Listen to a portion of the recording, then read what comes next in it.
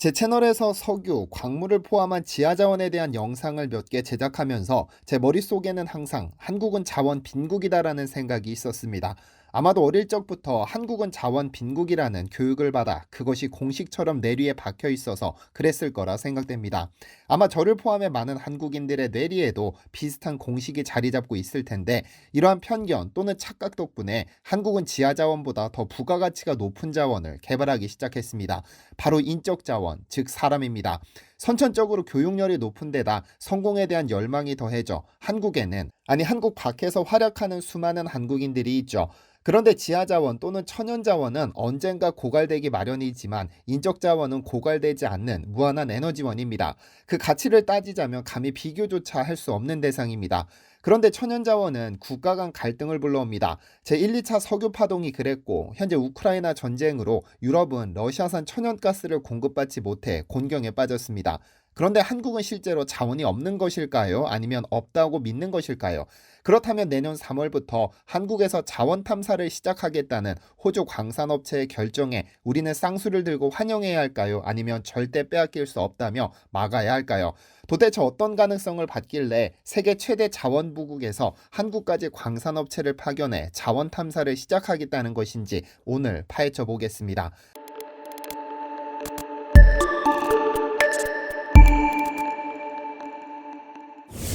안녕하세요. 디스멘터리입니다.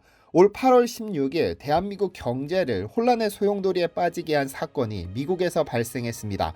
조 바이든 미국 대통령이 하원에서 발의한 인플레이션 감축법에 서명한 것인데요. 이 법은 법인세를 늘려 7,400억 달러의 재원을 마련함과 동시에 에너지 안보와 기후위기 대응, 의료보장 확충 등에 10년간 집중 투자한다는 내용을 골자로 합니다. 이 감축법의 가장 중요한 부분은 전기차 부문에 있습니다. 일정 요건을 갖춘 전기차에 대해 중고차는 최대 4,000달러, 신차는 최대 7,500달러까지 세액을 공제해주지만 중국산 핵심 광물이나 배터리를 사용한 전기차는 혜택에서 제외하기로 했습니다. 오로지 미국에서 조립 생산되고 미국산 배터리와 핵심 광물을 일정 비율 이상 사용한 전기차에만 혜택을 주도록 한 것이죠. 이렇게 되면 신차의 경우 2023년부터 전체 세액공제의 절반은 핵심 광물 원산지 비율에 따라, 나머지 절반은 북미산 배터리 부품 사용 비율에 따라 차등 지원됩니다.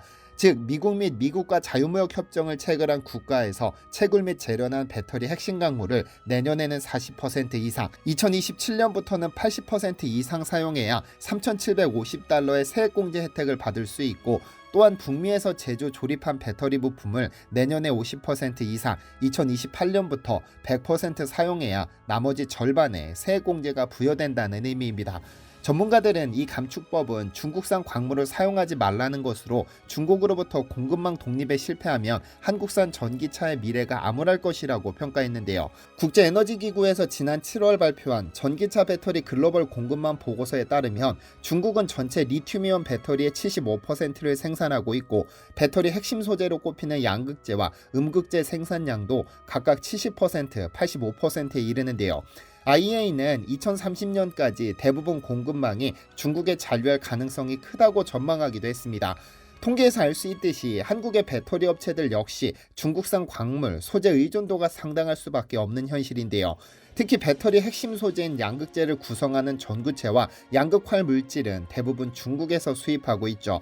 산업연구원에 따르면 올해 상반기 전구체의 중국 의존도는 91.8%, 양극활 물질은 96.7%에 달하며 음극재에 활용하는 인조 흑연도 중국산 수입 비중이 91%에 이릅니다.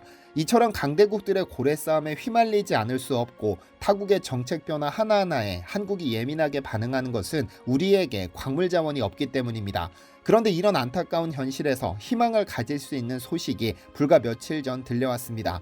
지난 10월 20일 현지 언론에 따르면 호주의 광산업체 서던골드는 한국의 광물 잠재 가능성을 긍정적으로 판단하고 내년 3월부터 한국에서 자원 탐사를 시작할 것으로 전해졌습니다. 컨설팅 그룹 RSC의 RSC 전망연구는 알려진 소규모 역사적 광산과 광물 잠재 가능성을 가진 특정 영역을 판별했다고 전하면서, 서던골드가 RSC와 협력해 올겨울부터 우선순위를 정해 추가적 데이터 검증과 편찬 작업을 통해 탐사 대상을 세분화할 방침이라고 하는데요. 로버트 스마일리 서던골드 CEO는 지난 12개월 동안 한국에 살면서 전국을 광범위하게 여행한 후 금, 은 탐사 포트폴리오를 구리, 리튬, RE와 같은 다른 금속들로 확장할 수 있는 가능성을 봤다며 최근 고성과 거제도 사업에서 보고된 바와 같이 동부 지역의 몇몇 신규 장소에는 이미 좋은 구리 등급이 포함되어 있다고 밝혔습니다. 또한 한국은 소규모 리튬 광산을 보유하고 있지만 중요 강물에 대한 현대적 탐사는 거의 없었다고 지적하면서 이 작업이 완료되는 대로 서던골드는 내년 3월 리튬과 RE의 현장 검증을 위해 하천 퇴적물 샘플링, 바위 샘플링, 지질 매핑과 토양 샘플링으로 구성된 지역 자원 탐사 프로그램을 시작하게 됩니다. 이로써 그간 지하자원 빈국이라 여겨지던 한국에서 강물자원 개발 가능성이 높아졌는데요.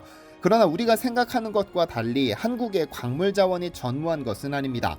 금속, 비금속, 사광상, 해결료부터 금, 은, 동, 납, 아연, 철, 망간, 중석, 주석, 휘안석까지 꽤 다양한 광물이 매장되어 있습니다.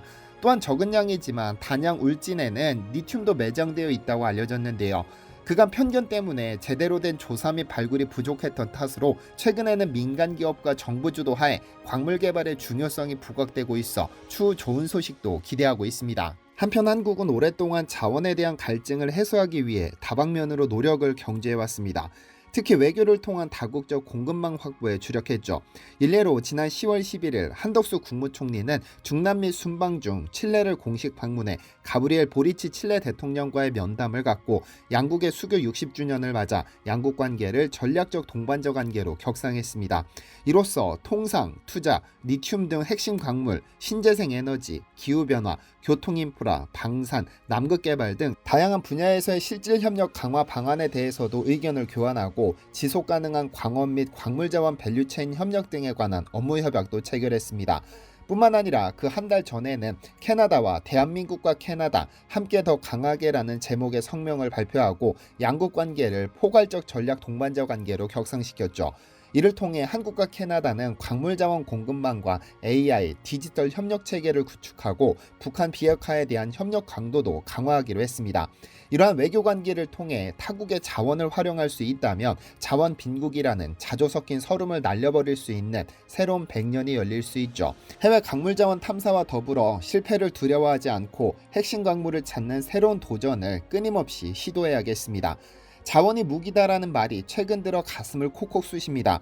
러시아가 일으킨 전쟁으로 곡물은 물론 석유, 니켈, 천연가스 등 모든 자원의 가격이 급등하면서 이를 보유한 국가들은 자원을 정치적으로 이용하고 있죠. 한국 역시도 심각한 자원 빈국으로 국제 이슈가 발생할 때마다 노심초사했지만 직격탄을 맞았습니다.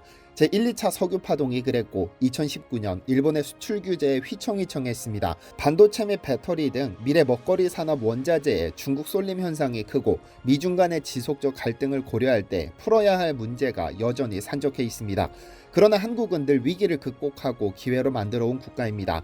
이 위기를 발판 삼아 미래에는 자원 강국으로 거듭나길 바라며 오늘 영상을 마치겠습니다. 디시멘터리에서는 여러분의 제보를 기다립니다. 제 채널에서 다뤘으면 좋겠는 뉴스 또는 널리 알려졌으면 하는 영상은 디시멘터리 네이버.com으로 보내주시면 소중히 제작하겠습니다. 시청해주셔서 감사합니다.